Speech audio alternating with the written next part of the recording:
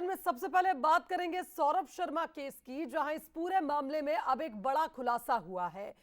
सोने और कैश से भरी कार जिसे जब्त किया गया था, वो कार भले चेतन सिंह गौड़ के नाम हो, लेकिन उसमें रखा सोना और कैश सौरभ का ही है। ईडी की जांच में यह बड़ा खुलासा हुआ है कि सोना और कैश सौरभ शर्मा का ही है। सौरभ की 100 करोड़ से ज्यादा की संपत्ति को जब्त कर लिया गया, तो वहीं रिश्तेदारों सहयोगियों के नामों पर जो संपत्ति सौरभ ने जुटाई थी, कार से मिला 52 किलो सोना और 11 करोड़ रुपए कैश सौरभ शर्मा का ही निकला है। बड़ी खबर आपको बता रहे हैं, सौरभ शर्मा केस से जुड़ी आरटीओ का पूर्व कांस्टेबल जो लगातार चर्चाओं में है। एक लंबा वक्त बीत चुका है, तमाम जांच एजेंसियां इस मामले की जांच कर रही थी और अब ईडी की ओर से यह स्पष्ट कर दिया गया कि सौरभ शर्मा का ही था 52 किलो सोना और 11 करोड़ रुपए कैश। तो अपने करीबियों, अपने रिश्तेदारों के नाम जिस तरह से संपत्ति जुटाई थी सौरभ शर्मा ने, इस कैश पर, इस सोने पर सौरभ शर्मा ने दावा नहीं किया, लेकिन जिस तरह से इस पूरे मामले की जांच रिपोर्ट ईडी ने तैयार की, इस रिपोर्ट में यह खुलासा किया गया कि गोल्डन कार का मालिक सौरभ था और उसमें रखा कैश और सोना सौरभ शर्मा का ही था। तो 100 करोड़ 36 लाख रुपए की संपत्ति अब तक ईडी ने कुर्क की है।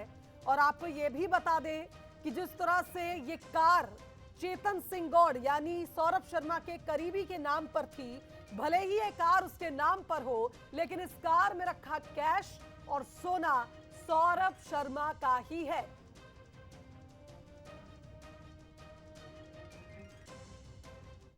चलिए संवाददाता सूरज का रुख करेंगे, हमारे साथ इस खबर पर लाइव जुड़ रहे हैं। सूरज, लगातार एक बड़ा सवाल जो पहले दिन से ही चल रहा था, ये सोना और ये कैश किसका है। और अब आप देखिए, सोना उगलती उस कार के बारे में जब खुलासा होता है तो पता चलता है जिस पर सबसे पहले शक की सुई थी वही गुनहगार निकला।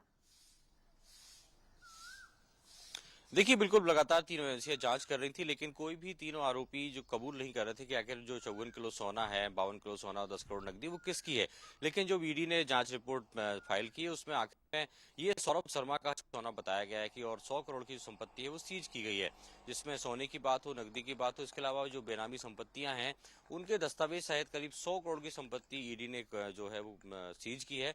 और आने वाले समय में अब उसमें और भी कार्रवाई देखने को मिलेगी। सबसे बड़ा सवाल अभी तक यही था कि आखिर जो सोने के बिस्किट पकड़ाए हैं उनका मालिक है कौन। ईडी ने पूछताछ की, आयकर ने पूछताछ की, लोकायुक्त ने पूछताछ की, लेकिन तीनों ने ये बात कबूल नहीं की कि जो सोना है वो किसका था, क्योंकि कार जो इस कार में सोना मिला था वो चेतन सिंह गौर के नाम पर थी, लेकिन उसका पैसा सौरभ शर्मा भरता था। शायद यही कारण है कि उसके आधार पर ही ये तय किया गया है कि जो सोना और नकदी गाड़ी से जब्त हुए हैं वो सौरभ शर्मा के, उसके आधार पर आगे कार्रवाई की जा रही है। आने वाले समय में और भी बड़े खुलासे होंगे, क्योंकि बड़ी बात यह है कि जो सोने के बिस्किट हैं वो सौरभ के पास कैसे पहुंचे, उसके बिहाफ पर जो नकदी पैसा था वो कब सराफा ज्वेलर्स के पास पहुंचा, तो उसमें जो मनी ट्रेल हुई है उसको लेकर भी कहीं ना कहीं आने वाले समय में ईडी खुलासा करेगी कि आखिर पैसे के बदले बिस्किट, सोने के बिस्किट कहां से आए। बिल्कुल सही कहा सूरज आपने। देखिए, जांच तो होनी ही चाहिए, क्योंकि तमाम ऐसे तथ्य सामने आए हैं इस पूरे केस में कि 7 साल की नौकरी में 12 बार पोस्टिंग होती है। और अब आप देखिए, कार में रखा सोना और कैश भी सौरभ का निकलता है। देखना होगा आगे किस तरह से जांच बढ़ती है। बहुत शुक्रिया आपका तमाम बातचीत के लिए।